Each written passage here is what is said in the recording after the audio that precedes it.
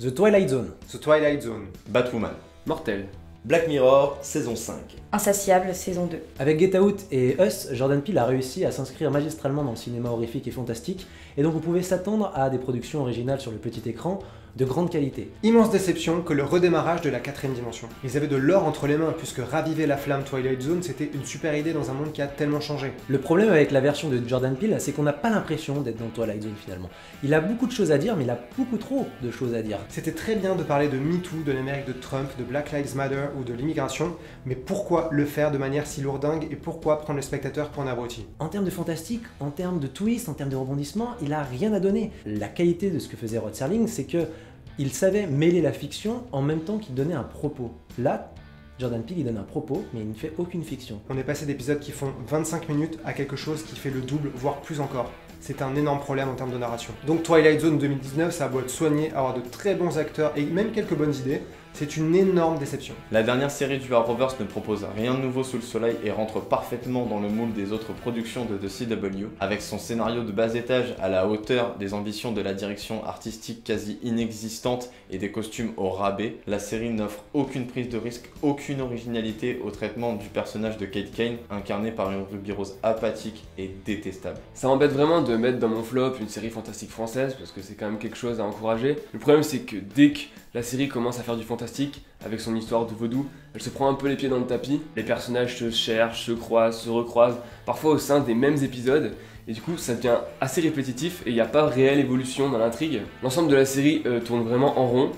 Et du coup, on se demande vraiment comment ils pourraient faire une deuxième saison. Black Mirror est tombé très bas, avec des épisodes tous techniquement assez moches, plutôt mal interprétés, sans concept fort, sans idée intéressante. En termes de structure, souvent on s'ennuie ferme, visuellement c'est laid, c'est plat. Et je parle même pas de l'extension Bandersnatch qui, elle, était forte d'un concept super excitant, un épisode dont vous êtes le héros, mais qui en fait n'en faisait strictement rien, restait très creuse, très superficielle, très vaine. Donc je sais pas si Charlie Brooker a envie d'arrêter Black Mirror et de faire autre chose, mais est tenu de continuer encore quelques saisons. Je ne sais pas s'il se sent écrasé par le tempo de production Netflix, mais là maintenant vraiment il faut passer à autre chose. Insatiable, c'est cette série qui avait été taclée de grossophobe avant même la sortie de sa première saison. Son humour est toujours aussi mal dosé, ses enjeux ne sont jamais bien explorés. On se retrouve avec une héroïne accro à la bouffe et aux paillettes, une sorte de Dexter qui entasse les morts autour d'elle. C'est ridicule, ça n'a ni queue ni tête, poubelle. Oh God, no! Osmosis. The Terror Infamy.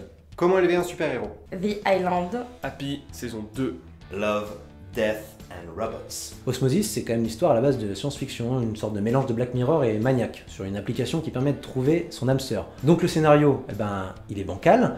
En plus, les personnages sont mal caractérisés, alors on peut se féliciter que ça soit moderne, que ça soit extrêmement inclusif comme série, mais c'est pas suffisant. À un moment donné, si on fait des personnages pour pas les exploiter, ça ne sert à rien. Donc si c'est mal rythmé, si c'est mal scénarisé, si c'est mal caractérisé pour les personnages, et qu'en plus, visuellement, on n'a pas l'impression d'être dans une époque de science-fiction, ou en tout cas plus moderne, futuriste, on est sur un surplace qui à la fin évolue très rapidement, sans qu'on ait eu le temps d'installer quelque chose d'intéressant, et que derrière, le monde futuriste, il n'existe pas, les personnages, ils n'existent pas, l'intrigue, elle n'existe pas, et donc la série, c'est pas qu'elle n'existe pas, elle ne devrait pas exister comme ça. Si la première saison de The Terror souffrait d'un cruel manque de rythme et proposait au moins une intrigue intéressante pour contrebalancer ça, la deuxième saison, hélas, ne propose rien d'aussi ragoûtant pour qu'on perde son temps à attendre quelque chose qui au final ne vient jamais. Malgré la richesse des thèmes qu'elle essaie d'aborder, la série ne va jamais jusqu'au bout et toute la dimension horrifique qui faisait le charme des débuts de la série a complètement disparu. Le scénario peine vraiment à développer une quelconque nature, qu'elle soit politique ou surnaturelle, et au final on constate simplement qu'on a perdu son temps devant cette série. Tout le monde se foutait un peu de cette série Netflix, et a priori tout le monde l'a déjà oublié. Normal, comment élever un super-héros, c'est du vide. Le titre aguicheur n'a pu masquer la paresse de cette histoire qui tourne autour d'un gamin capable de tout et n'importe quoi, évidemment poursuivi par une entreprise machiavélique et avec même un bon gros twist où le grand méchant n'est pas celui qu'on croit. C'est laid, c'est plat, c'est facile, c'est sans intérêt, c'est tellement chiant que ça donne envie de se pendre, ça donne surtout envie de revoir Midnight Special ou Heroes, ou même Heroes Reborn c'est pour dire, mais c'est surtout sans intérêt et ça exaspère plus que ça énerve, donc on tacle et on oublie. The Island, ça manque toujours d'originalité, c'est systématiquement sans saveur et ça n'a aucun intérêt. On aurait pu imaginer qu'on allait voir les psychoses humaines, qu'on allait avoir un drame un peu violent, un peu de sang, Mais non, en fait, c'est tellement mieux de twister dans tous les sens son récit et de terminer par un happy ending. Et si par miracle, vous réussissez à passer outre son histoire aberrante, la médiocrité de son casting et la pauvreté de ses dialogues, il vous restera toujours la réalisation, la mise en scène, les décors et la photographie pour vous faire pleurer des larmes de sang devant votre écran.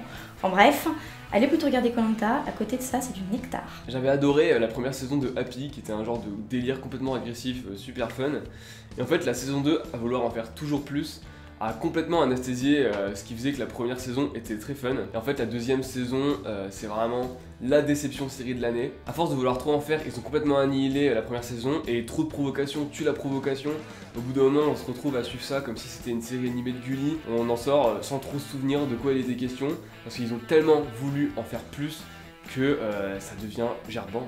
C'est une collection un peu moisi, de gros clichés de science-fiction, de trucs qu'on a vu 100 fois, de sous-cinématiques de jeux vidéo, de concepts qui sont déjà très très vieux, d'hommages à des films qui sont très bons mais qu'on a aussi vu des milliers de fois.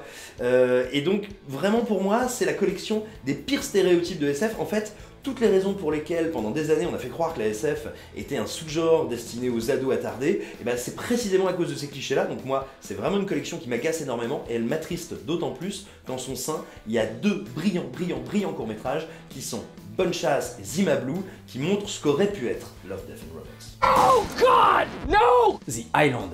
The Island. Another Life. Nosferatu. Stranger Things, saison 3. Too Old to Die Young.